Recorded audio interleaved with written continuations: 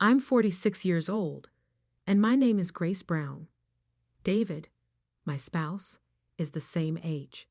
His father, Charles Brown, the head of Brown Bank and a very conservative man, made his upbringing easy. We shopped together and shared similar interests, so our marriage wasn't too unpleasant until recently. I'm going to marry my mistress because we have a child together, David declared. There's no need to divide the money because we were never truly married. It's time that you leave. I laughed so hard at his confidence that I had to hold my stomach. David, surprised, snapped. What's so funny? I replied, if that's the case, I'll close the $500 million Smith Imports account in your father's bank. David scoffed. What are you talking about? There's no CEO in your family. You finally lost it, Grace. I clarified. My great-uncle Mike owns Smith Imports, which has that $500 million in Brown Bank. You think we didn't file our marriage license? We did, and Charles has a copy as a keepsake. We're officially married. David's disbelief turned to shock as I continued.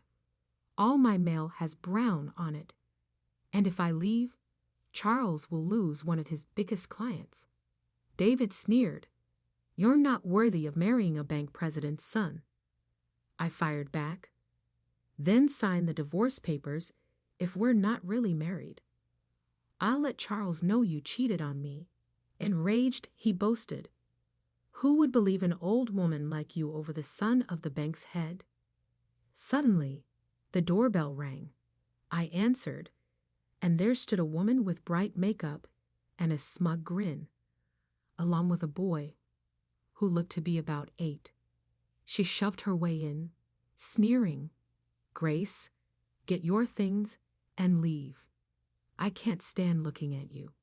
Turning to David, she said, I brought our son, Thomas. Are we moving in today? David beamed. Yes, you can start living here now. I asked, my voice shaking, David, who are these people? He smirked. Grace, meet my new wife, Victoria, and our son, Thomas. He's 8, and everything will be fine once you leave. I love you, Victoria. What I was seeing made no sense to me. I could have dealt with a lover, but a son? He's 8 years old. David had the affair and the child, not me. Not believable. How on earth could this be allowed? While I was mad, I thought that taking a step back would be best for now. Be patient. You'll see soon enough. You're going to lose a lot and get yelled at by Charles, I told him. I went to my room and began packing the things I needed, like my clothes. Vicky walked over with a mean grin on her face. Oh, Grace, you loser. Do you have a place to stay tonight? You failed so badly that you couldn't even have kids. But you stayed for 10 years. Are you not embarrassed? People say that some people have no shame, and you must be one of them. Victoria kept insulting me over and over, even though I didn't ask her to. I knew right away that this woman is truly evil. The way she acts and the way her makeup looks are both terrible. I did not understand what David liked about her. When I was done packing and left the house, David was right behind me. What? I don't want to hear what you have to say. Don't take the keys. The keys to the house. Please don't come back here. I don't want Thomas to hear anything about affairs or mistresses, David said in a mean voice that made you feel cold. I didn't give him the keys. I purposely threw them at the door. Hey, you! David yelled at me, but I didn't pay attention to his comments and left the house. I was sorry, but my family's house was quite far away, and I didn't have my car keys with me. I had no choice but to call a cab. Excuse me, can you take me to the station? The car answered. To get to the station, I took a taxi. From there, I changed trains. until I got to the stop closest to my parents' house. David didn't want Thomas to know about his affairs and women. What a twist. Then he kicks his wife out of the house. As I walked toward my parents' house, or rather their fancy high-rise right in front of the station, anger and shock filled me. I started crying as soon as I got to their 45th floor flat. I cried the whole time I walked in. "Who's there?" "What's going on, Grace? It's already late. Where is David?" The worried voice of my elderly mother made me feel safe and warm. I cried in her arms, and my dad was there when I told him what had happened. What a jerk. He already had a lover and their child after 2 years of marriage. He won't get away with this because we are the Smith family. My mom got mad.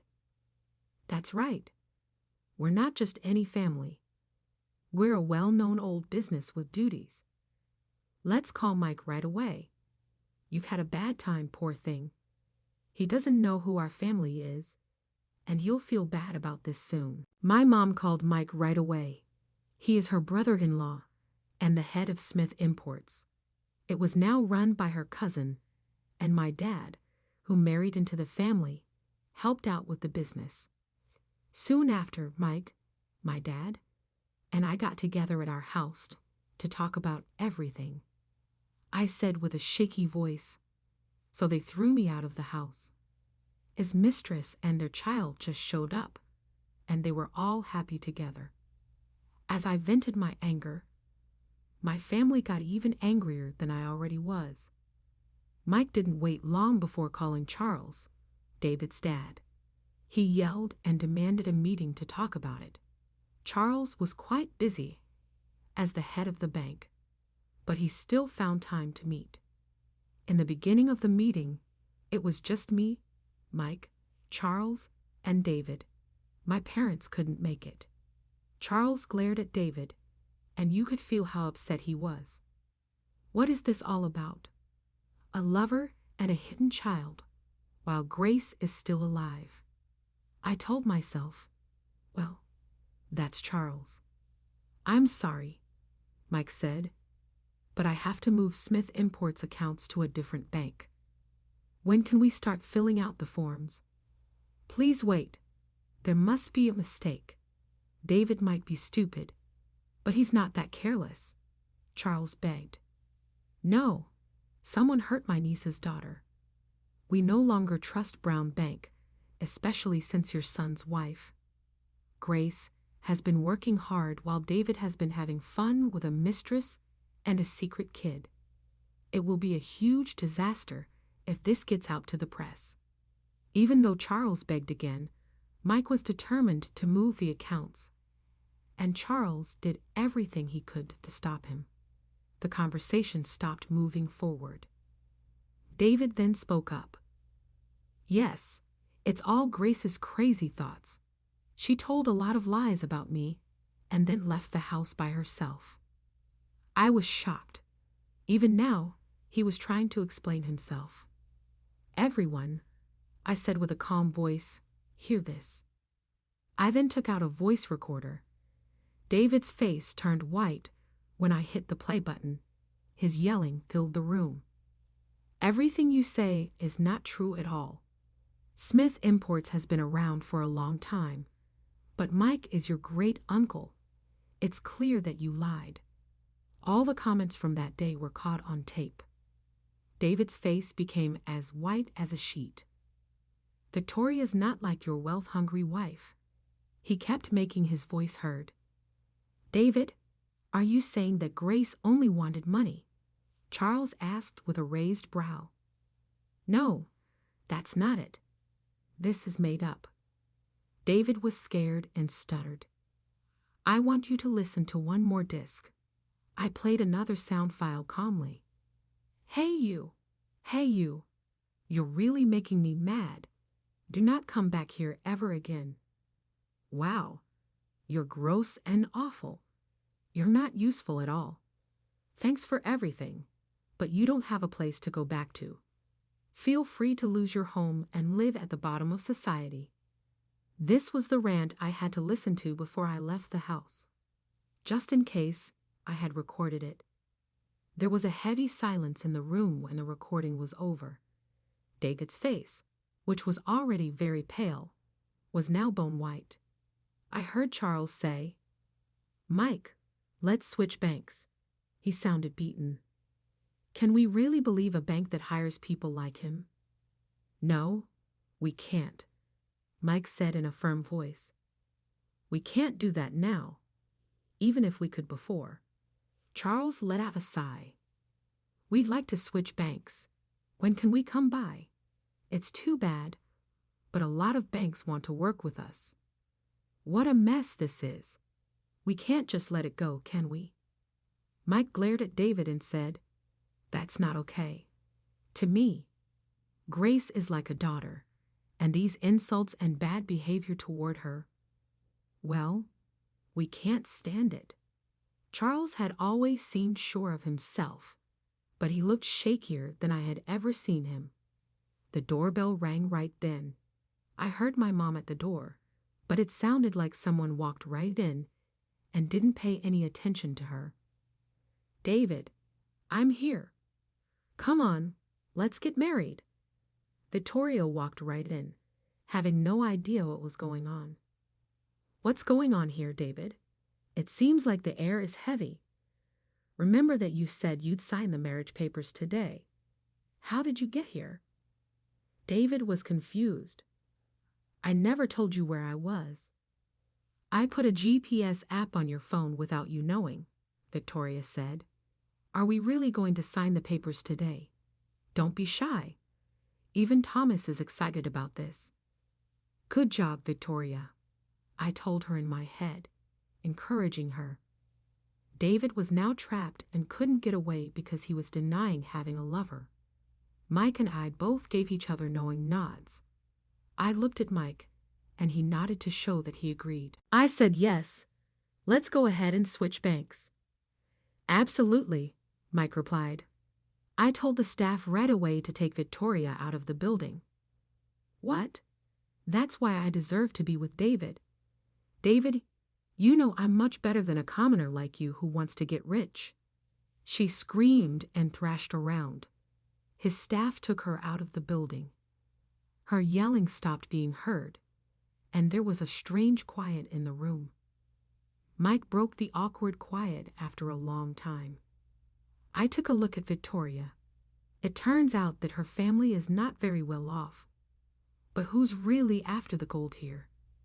he asked with a grin. "Our family may not be as massive as a conglomerate, but we make a good living." When Mike said decent, he meant it in a humble way. The Smith family really did make more money in a month than most people could ever hope to. Charles cleared his throat and became a little less angry. "Let's not rush into a split right away, Grace. Let me take care of this first. We don't have time to switch banks right now. If I can get things in order, we won't have to." Even though I was scared, we all decided that I should go home for. Now I knew Charles wouldn't let any fighting happen because he was strict. Still, I remembered what Mike said. "If anything happens, please get in touch with me right away." There was a strange pause between David, Charles, and me as we got into Charles's fancy car. Charles's anger was building up, and David's fear was getting worse. "Stupid you!" Charles lost it all of a sudden and hit David with the cane he was holding as he scolded his son. The car didn't slow down, and he somehow kept his balance. "What love do you have for Grace? You had a lover and a child beneath the surface.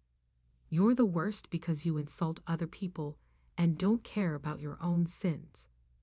Because of you, we almost lost a lot of money. You jerk. You should be grateful to Grace."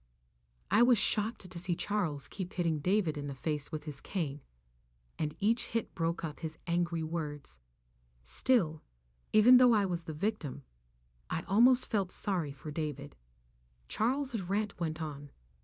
"Did you really believe that Grace's family was like any other? That they are not a company, but have a lot of money. Are you trying to cut ties with that family? David was getting scolded very badly and taking hit after hit. First, you and Grace were married because it was planned. You were a good match. You got married to each other. What did you think? Charles was angry and shook his head. I knew you liked naughty things with women, but I didn't think you'd go this far. Think about what you did, you scumbag. It's no longer you who will leave Brown Bank. David gasped and looked around in shock. Please don't do that, he begged. I was shocked too. David had been trained his whole life to run Brown Bank. It would be terrible to lose that place. This is what I've been practicing all my life. What else could I do for a living? This is too much. David was so upset that his voice was shaking. Charles told him, You've done enough damage. One of your cousins will take over as your successor. You almost caused the company to lose a lot of money, and you still think you deserve this job. David kept getting hit with his dad's cane as the car sped up. You could feel the stress. Even though Charles was mad, he never lost his balance. After some time, David was kicked out of the Brown house. When he tried to get money from me, I told the staff Charles had sent to stop him. The split went through, and not long after, I married John, David's cousin. Again, Charles thought it would be too dangerous and harmful to send me back to my family. I got along well with John, but I felt like something was wrong, so I saw a doctor. The doctor told me that I was pregnant, about 8 weeks along. I was shocked since I had just recently married John. The baby I was carrying was David's. John and I made up our minds to tell Charles. It would have been easy for John to claim the baby as his, but the time wasn't right. I told the truth and said that David was the father of the baby. That's great news, Charles screamed. If it's David's child, then we have a real heir. Let's make him the bank's next president. Charles was so happy that he sent toys every month. He was even more excited when we told him the baby was a boy. I felt a strange kind of pressure because I knew the child would grow up to be the next president of Brown Bank. At the same time, Smith Imports, the business my family runs, continued to grow and do well, becoming known all over the world. Charles liked me more and more as we put more money into Brown Bank. I got some shocking news from a friend one day. David's been arrested. What? John and I were both shocked. It looks like David was still calling himself the next president of Brown Bank, which got him arrested for theft. But because Charles was powerful, the story was kept from the public and never made it to the news. Even though everything was going wrong, I was happy as my pregnancy went on. John, who had taken on the role of dad, was just as excited and rubbed my belly every day with love. Then something strange happened when I was about 8 months pregnant. There were 3 servants in this house, all hired by Charles. In his kindness, he brought them on because he knew I wouldn't be able to manage the cleaning and cooking while pregnant. However, those same servants were now screaming at the entrance. John was at work training as the future president of the bank, and I could only imagine what he was thinking. I walked to the front door. What's happening? Rachel, this woman. What the hell is going on? I was supposed to be living the easy life. Thanks to you, I'm living in poverty. Standing there was Victoria, looking ragged and disheveled. She clearly hadn't bathed in some time and was dressed in filthy, torn clothes. Not wanting to let her into the house, I stood my ground at the entrance. Is that the young woman who cheated up to David for his money? What do you want here? Oh, I see you've lost everything.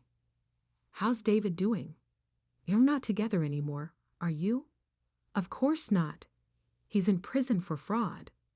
Do you seriously think any child would be happy going from a prestigious private school to a rundown public one? I can barely afford a pencil. You've ruined Thomas's life. You horrible, despicable thief. But after all, you were just a mistress, weren't you? My family, on the other hand, comes from Smith Imports.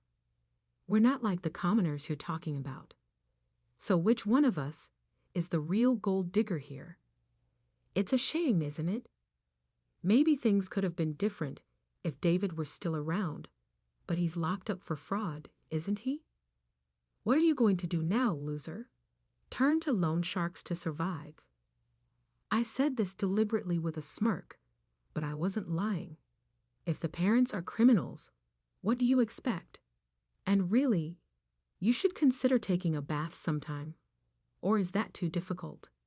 It made me furious to think that someone like her, who couldn't even bathe, who couldn't afford a pencil, and who couldn't survive without a man, almost took the family heirloom from us. The servants were trying to stifle their laughter. Don't laugh now. But Rachel, you're absolutely right. Yeah, she can't even buy a pencil. The servants could barely contain their giggles. What? I was supposed to live a luxurious life, traveling with designer brands, living in luxury. Who ruined it all? You did. You're the one who should be sending me alimony every month. I can't forgive you for what you've done to me. Forgive me. I'm the one who can't forgive you. You really have no idea, do you? I responded calmly. Do you even understand your position? If things were fair, you'd be the one paying alimony. The only reason you're not is that I feel sorry for your child. You don't even realize that, do you? You approached David for his money in the first place, but you come from a completely different world. Did you really think someone as ordinary and talentless as you could get married into this family? Installing a GPS app on David's phone like some kind of stalker. Your head must be full of daydreams. You love luxury, but that just makes you a spendthrift. Why don't you go buy yourself another designer handbag? Then I'll kill that baby you're carrying. I'll cut it out with a knife. This is all your fault. This was too much. I instructed one of the servants to call the police. Victoria didn't have a knife or even a box cutter, but she clearly had murderous intent. She was taken away by the police. What? I didn't do anything wrong. Why, is everyone on her side? What's going to happen to Thomas if I'm arrested? Are you going to let him suffer in poverty? He's used to a life of luxury. He can't live a poor life. This is all your fault. I'll never forgive you. Victoria was arrested for making threats. It seemed that Thomas, left behind, was taken into custody by Child Protective Services because all of his relatives refused to take him in. It's sad. He's so young. But with parents like that, what can you do? Later, I went to the trial for David and Victoria. Neither of them received any sympathy, and both were sentenced to prison. I've done nothing wrong. I really am the next president of the bank. I didn't deceive anyone. I was planning to pay back the money. I borrowed. David insisted as he was escorted out of the courtroom. David pretended to be the next president of the bank and swindled $5 million from his friends and acquaintances. Of course, he couldn't repay it, and after being sued by those he defrauded, he was sentenced to prison. As for Victoria, it turned out she had also committed theft without realizing it. Shoplifting is still shoplifting, but it seems she stole jewelry and was caught by the staff while trying to swap the real jewels with fakes. Well, I can't imagine why a jewelry store would allow someone who hadn't bathed in weeks to walk in. I'm more shocked that Victoria couldn't even tell the difference between a life of luxury and a life of crime. In the end, Victoria, too, was escorted out, screaming, "The jewels are mine. They're all mine." Why am I getting a prison sentence for just this? What about Thomas? I just wanted a normal life. Her delusional rant left me feeling exhausted. What awful people. I'm ashamed to have been associated with them, even for a moment. Despite everything, the relationship between Smith Imports and Brown Bank remained strong. We never ended up closing our accounts. Charles tried to apologize to me, but I stopped him. No, Charles. Your decision saved the day. I'm just part of the Smith family. I didn't do anything. Thank you. I really am sorry. I later learned that a significant withdrawal of funds could have severely impacted the bank's reputation. Lower deposits also mean fewer business transactions, which would have been a major setback. Thinking back to how desperate Charles had been, I now realized just how much pressure he must have been under at the time. With both David and Victoria in prison, I gave birth to a healthy son. Charles was overjoyed, and John successfully became the president of the bank. The bank's operations were running smoothly. Eventually, I'd like to have another child with John. I want to give our son a little brother or sister. I know it will take some time. Right now, just taking care of this baby keeps me busy. But I still want to give him a sibling someday. Now that Charles has retired from being the bank president, he comes to visit almost every day, bringing toys for my baby. Charles, you're giving him too many toys. Well, just think of it as a favor. This is all I've got to enjoy right now. All good, but please ensure that the toys are suitable for the children's age. I was cautioned about that by the nurse. I got it. I'll exercise caution. Happiness is present every day. I discovered the path to a happy life because this is how genuine happiness feels.